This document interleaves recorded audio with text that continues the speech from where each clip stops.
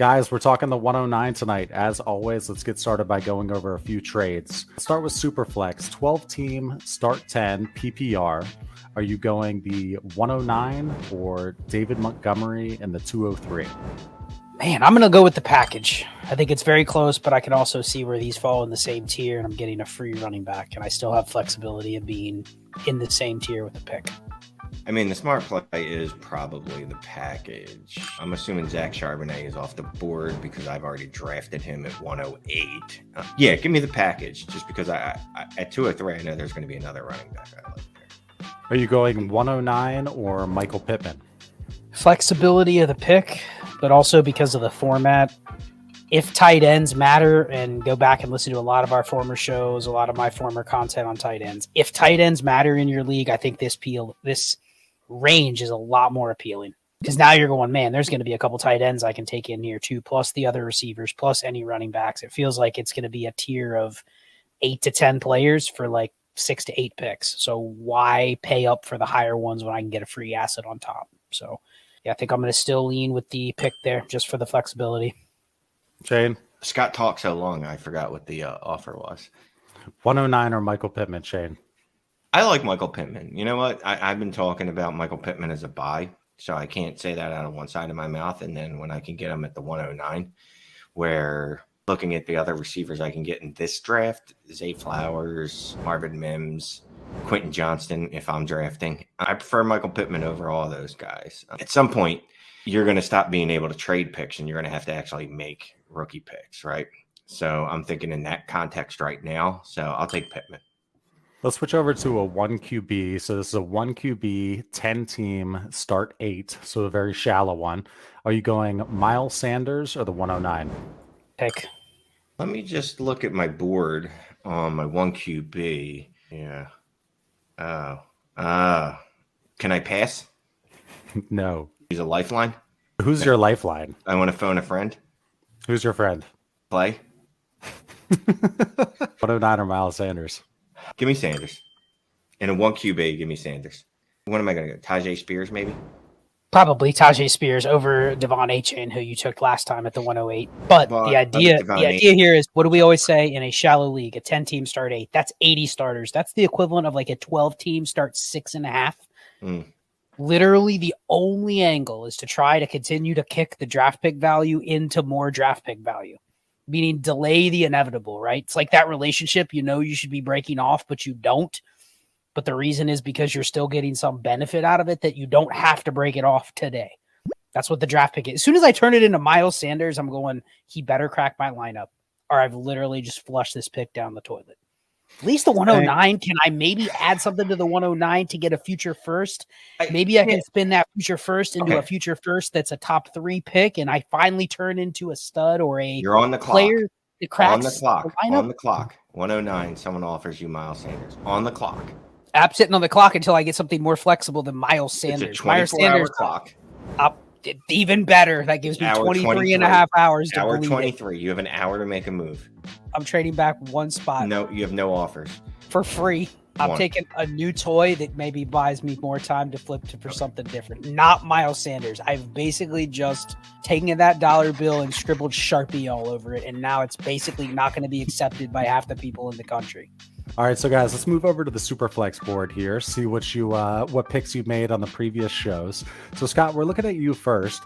We've got Bijan Robinson, obviously, at 101, Anthony Richardson at 102, CJ Stroud at 103. You went Bryce Young at 104, Gibbs at 105, JSN at 106, Will Levis at 107, Quentin Johnston at 108. You are on the clock. Who are you going at 109, sir? It's a pick between two. If Shane was at 110, I would definitely take Zach Charbonnet just to piss him off. But I think you can go one of two places. You can go Zach Charbonnet. You can go Jordan Addison. I'll go Jordan Addison right now because we're going to know if you're going to draft Zach Charbonnet here or not. So this is a little bit of a cop-out answer, but obviously we're doing this well before the NFL draft. So right now, I'll take Jordan Addison. I'm pretty confident he still goes in the first round. Zach Charbonnet could go like mid to late round 3. Now you're going, that's not that great of a process to take him here. In fact, I haven't seen one actual NFL mock draft that has Zach Charbonnet in the first 2 rounds. A lot of fantasy people have him there, but other than mock draft database, I haven't seen an actual NFL person putting him in the first or second round. Doesn't mean he can't go there. But what is NFL mock draft database based off of? Well, they're pulling a lot of their data from fantasy people, from random people online. It's not the Daniel Jeremiah's, Dane Brugler's. That I'm just talking about the people that kind of have the. I haven't heard his name discussed as like he's a top 2 round pick. Now he could be, but for this exercise, I'm taking Addison because I think he's going in the first round. Even if you don't like Addison, I'm taking the first round receiver over a volatile running back. But the beauty is, if you're in this spot, you're going to know. I'm going to be able to say, Shane, do you like Zach Charbonnet as much as you did based on capital landing spot? And you're going to go yes or no. And if it's yes, and it's really yes because you love his draft capital and his landing spot, then you're probably kicking him over some of the receivers. If he goes in Cam Akers, J.K. Dobbins, that range where those guys got picked, yeah, you're going to push him up into the first round, and I have no problem taking him over a receiver. But right now it's Addison. Shane, we're pulling up your board here. At 101, you went Bijan, of course, CJ Stroud at 102, Bryce Young at 103, Anthony Richardson at 104, Jahmyr Gibbs at 5, JSN at 6, 107, you went Will Levis, and 108, you went Zach Charbonnet. So 109, you were on the clock. Who you going, sir? I should be drafting Quentin Johnston, right? Because he's probably going to be the wide receiver 1 in the draft. I don't want Kevin White, Brashard Perriman Jr. I'm taking Zay Flowers. I get it. I get where he's coming from. He doesn't like TCU or Big 12 receivers.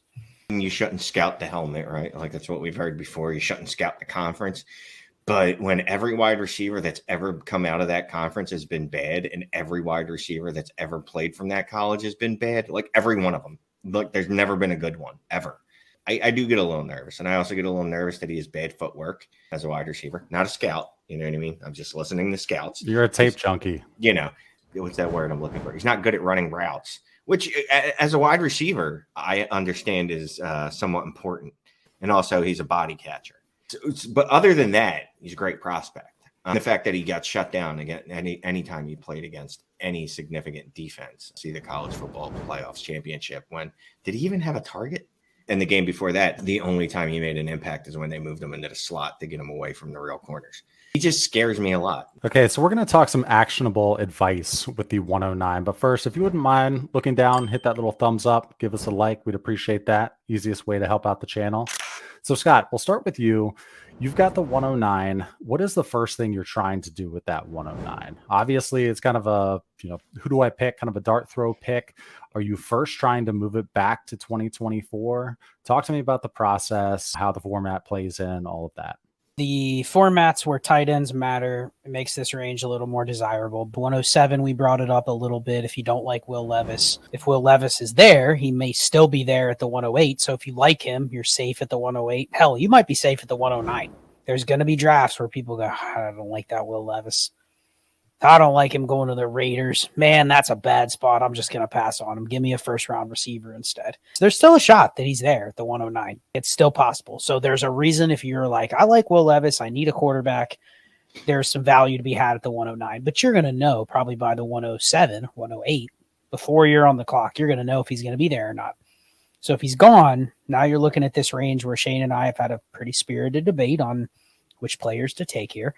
This is the beginning of the range where you can start saying, okay, can I shop around for a future first? Most people will say, oh, I want more than a future first, right? I'm getting a first-round receiver. Like, I need to get the tax.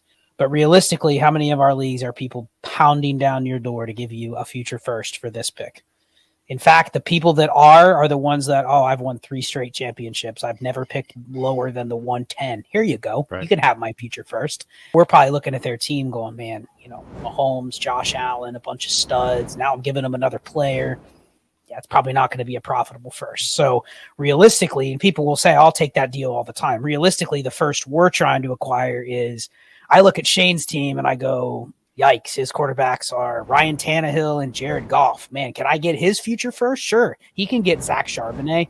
I'm willing to bet on his pick getting kicked to the future that it's going to be higher than the 109.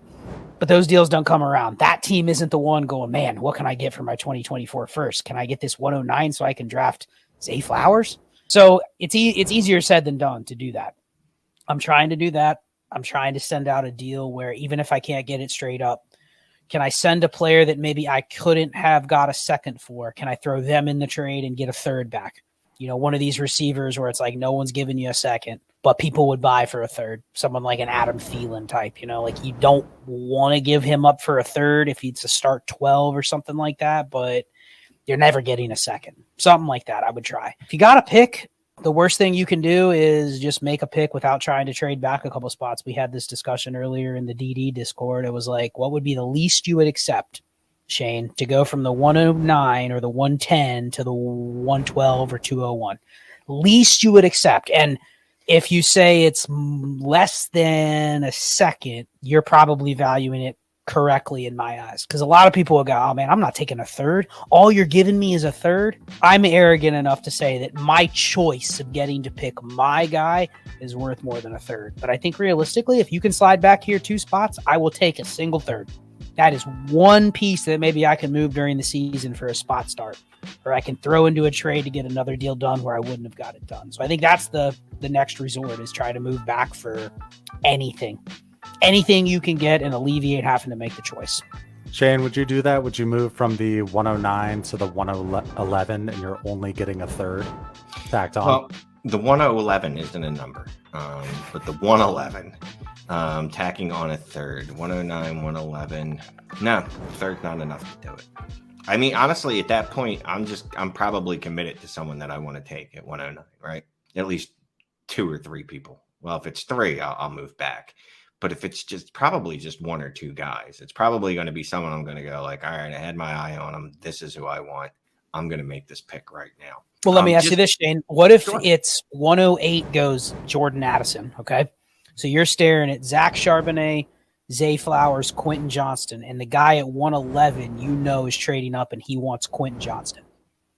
So you're getting Charbonnet or Zay Flowers at 111, who you would have picked anyway.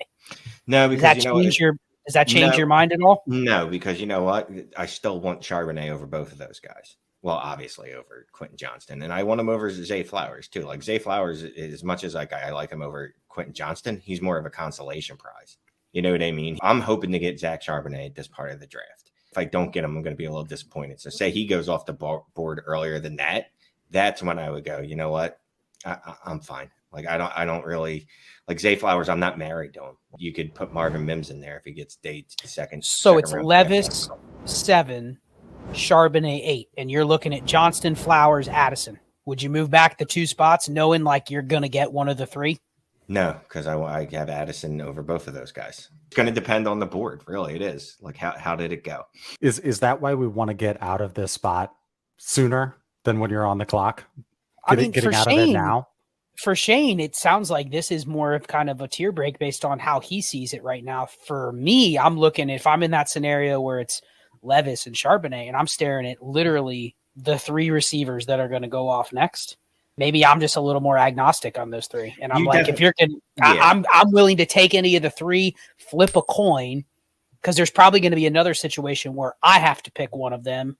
And it's going to be a different one. It's just like natural diversification where I'm not having to ever make the choice and I'm getting thrown the free picks on top. So let's talk about what it would cost to move up from the 109. So would you give the 109 and 111 for the 106? Yes. That's that magical spot we like, top 6. Let's see, Superflex just off my board. Gibbs and Jaxon Smith-Njigba are going in that area. I would do that. Now, I don't know if it's a smart move, but no one ever said I'm smart. You got to show some conviction, right? That's what you got to do. Who's more likely to be a high-impact player in your league? Jahmyr Gibbs, Jaxon Smith-Njigba, or Zay Flowers? And that's how I'm looking at it. And I would say that if it's JSN, if you could get Quentin Johnston and Jordan Addison for 1 JSN, you take the 2. You get probably 3 first-round receivers, right? Give me 2 of them versus 1. That's where we see it a little bit differently. Now, if it's Gibbs, that's bringing in a whole different positional discussion, right? Because you might be going, man, I'm giving up 2 wide receiver 3s for a running back that I really need.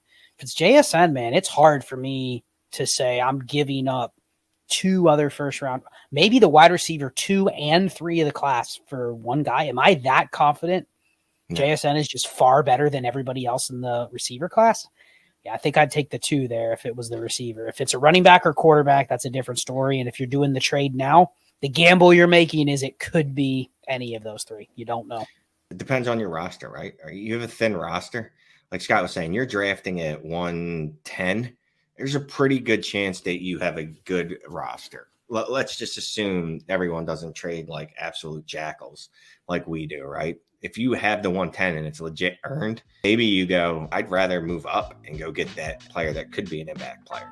If you didn't earn that 110 and you happen to be making trades and your roster's thin and bad, you know what? Let me take the 2 shots at the wide receiver. Like Scott likes to say, you're seeing how many bets you can make, right? You're just placing bets. You get 2 bets instead of 1. Whereas if you have a really strong roster, you're like, you know what? Let me just make this 1 bet. It might be a parlay, but if it hits, it's definitely going to be a better bet or a better payout than the other bet. All right, so guys, let's take a look at a Superflex roster here. This is a 12-team Superflex PPR 1.5 tight end premium start 10. Starting at the top, as always, Deshaun Watson at QB, DeAndre Swift, Breece Hall at running back, Jalen Waddle, Amon-Ra St. Brown, and Gabe Davis at wide receiver, Kyle Pitts at tight end, Rashad White is in one of the flexes along with Gus Edwards, and Daniel Jones is in the Superflex spot. On the bench, just looking at some notable names, we got Derek Carr, Matthew Stafford. That's pretty much it.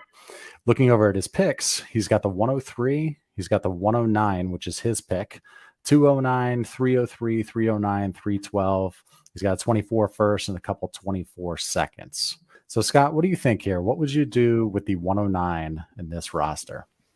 He's also got the 103, so that's another pick where I think you can extract a little value out of. So I think you could probably get a little creative because you have multiple firsts. Definitely could move around the board easier than someone that just has the 109 and is like, man, I really need to get, in this case, he probably needs to get a better receiver because he's got Gabe Davis as his wide receiver 3, and that's all he has. So pretty weak at receiver, definitely not enough threshold receivers to cover what you probably want from your construction here. But he's got depth at quarterback, got Matt Stafford, Derek Carr as his QB 3 and 4, plus the 103, which you could probably pencil in as a quarterback to most of the league, whether you take one there or not. But the nice thing is you got that flexibility. You don't need to make that 103. You can maybe shop that for something else, which gives you more flexibility at the 109. I would probably try to move one of my quarterbacks for a receiver, but you could also say, you know what, 103, what can I get for it? Who wants Anthony Richardson? Who wants Bryce Young? Who wants CJ Stroud? Any of the 3 could maybe be there at 103. You're not getting a quarterback cheaper. Who's willing to trade me a receiver plus? Maybe you can get a receiver and move up in the draft potentially. Maybe somebody with a receiver and the 107 will do a trade where you give them the 109 and move up to the 107 and you get the receiver for the 103. Like a deal like that could work out well to where you move in to the tier where now you get to choose here instead of just being subject to whatever's on the board. So I like something like that. And then everything else we kind of discussed, it's still open here because his team's pretty good. Doesn't have a glaring need except for receivers. Worst case scenario, oh well. You pick Jordan Addison, you pick Quentin Johnston, you pick whoever your receiver 1 is, and you just kind of cross your fingers and hope they are, maybe not another Amon-Ra St. Brown or Jalen Waddle, but usable. That's pretty much what you're shooting for in this range. So good thing you have assets, though. It's not just a standalone 109. Now you're scrambling to fit your construction versus what best player available is going to be. Yeah, I mean, having that 103 is definitely a game changer because otherwise you're looking at, can I trade Daniel Jones in the 109 for a legitimate quarterback and maybe more than that to get me a legit quarterback? And the answer is probably going to be no. No disrespect to Daniel Jones, but, we like stronger quarterbacks than that. But I kind of like he's got Carr, Daniel Jones, Deshaun Watson. I'm okay with that quarterback room in the current market. With that. How do I move my other assets around to build around those 3 quarterbacks? I'm okay with that QB room. I get it. You try to go higher, but how many times have you had a problem like this and you go, man, I've checked on every elite quarterback and it's all just been, it's not even, you don't have the value. They're not interested in the type of value you're giving them. They don't want that 103. They don't want to hit the reset button on having to draft another quarterback. So it's tough. If I could trade the 103 and Daniel Jones for Lamar Jackson, I would do backflips, and I'm pretty heavy, so that would take a lot out of me. Let's move over to your 1 QB board. So, Scott, we're looking at yours. It's Bijan at 101, Gibbs at 102. You went JSN at 103. 104 was Quentin Johnston. 105, Jordan Addison. Zay Flowers at 106. Jalen Hyatt at 107. And Charbonnet at 108. Who would you go at 109 in the 1 QB league? Man, this is a really, really terrible spot. 5 receivers that I think are definitely going to get first-round draft capital are off the board. I know A-Chain is there. Tyjae Spears is there. That's probably going to be the value pick, one of those two. I'd probably bet on Spears over A-Chain just because I think they're going to get similar draft capital. And I'd take Spears right now if I knew they're going to get similar draft capital. So I'll go Tyjae Spears, but this definitely feels like in 1 QB where it's no man's land, because I think the problem with this spot in 1 QB is there anybody out there that's looking at this spot going, man, I need to get into that spot. Like, I have to get into this 109. They're probably shooting for 105, 106, because then they know they're getting one of those receivers that they know is going to get good capital. But after this, if you're telling me they're picking between A-Chain, Spears, Kendre Miller, whatever tight ends are there, let's flip a coin. So I just don't see this as being a desirable range. So if you can move out of this range, I think that's definitely the first move, whatever that looks like. Would you reach and go QB, go Richardson, big swing, 109 in a single QB, or is that too early? In a really shallow league, I mean, Shane and I have talked about it. Like, when you don't have a quarterback, we would pay this pick to go get Justin Fields, right? Guy that's already producing. So I think the real question, I'll ask Shane on this, because would you take in this format, if you go, I don't know who to pick, it has to be Richardson at the first quarterback spot, right? Yeah. The ceiling, and as much as I've trashed Richardson, but the ceiling is just infinite. Explain that. Explain why it would be Richardson and how you like the guys who put up crooked numbers in 1 QB. Well, I mean, so he's the type of dude that can put up 150 yards rushing, right? Like, so he'll only throw for 175 yards, but he'll also ran for 150 yards and 3 touchdowns. He's a physical mismatch. He's just a mismatch for basically the entire defense. Unless there's a defensive tackle that can run like a 4.4, that's the only time it's a fair fight. And I think it was like Aaron Donald is maybe the only human that's ever been able to do that at D-tackle. His floor is bad, right? His floor is he might never start in the NFL. And his ceiling, because of the physical traits, is Lamar Jackson, but better. Justin Fields, but better. Richardson could rush for 1,500 yards. I want a quarterback that can do something like that, as opposed to a quarterback that can give me a nice 18-point week every week in one quarterback. I'm trying to get a guy that's an absolute difference maker. Like, I love Kirk Cousins in Superflex. I don't like him so much in 1 QB because I want more than 19 points a game. Patrick Mahomes, who does it a different way. I want Jalen Hurts, guys that drop 45 points on someone in a week. And in a 1 QB, you get one player that drops 45 points on someone, especially coming from the quarterback position. You're not losing that week. Yeah, you're just not losing that week. Well, and think about it this way. If you have $100 and someone goes, you have a 55% chance of winning this bet, you're going to think about that differently than if you only have $5 and someone goes, yeah, you only have a 10% chance of winning, but if you win, now you have $100. With the $5, you're going to more likely go, yeah, you know what, screw it. Let me let the $5 ride. If I win big. Whereas 100, I could sit here and tell you, you know what, Clay, if you have a 55% chance to win a bet, you should pretty much always take it regardless of the amount of money. But if it's like your mortgage payment, you're going to go, ooh, still your mind psychologically is going to go, that 45%, it seems really, really big. And I'm screwed if I miss on this bet. That's like Superflex versus single QB. Single QB, what's the worst that happens if you take Richardson and he becomes a complete zero? You missed on Devon A-Chain, Tyjae Spears.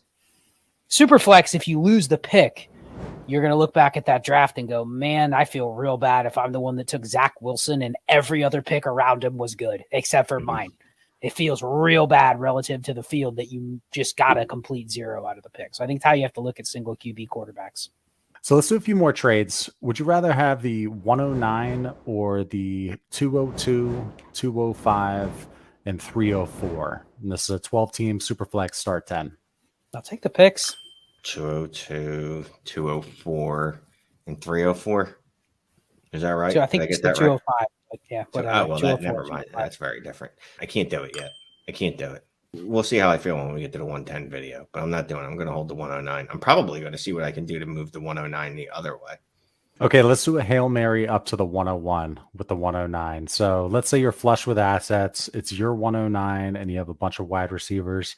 Would you give the 109 and Jalen Waddle for the 101? Yes. Would you give CeeDee Lamb the 109 and a 24 second for the 101? No. I mean, yeah, the way you phrased it, if you're flush with assets, then yes. Okay, so we talked about the 109 there, obviously talked about some of the other picks as we were doing it, but click on this playlist. It's about to pop over Shane's face. We've done shows on the 101 through 108, so do some binging. We'll see you next time.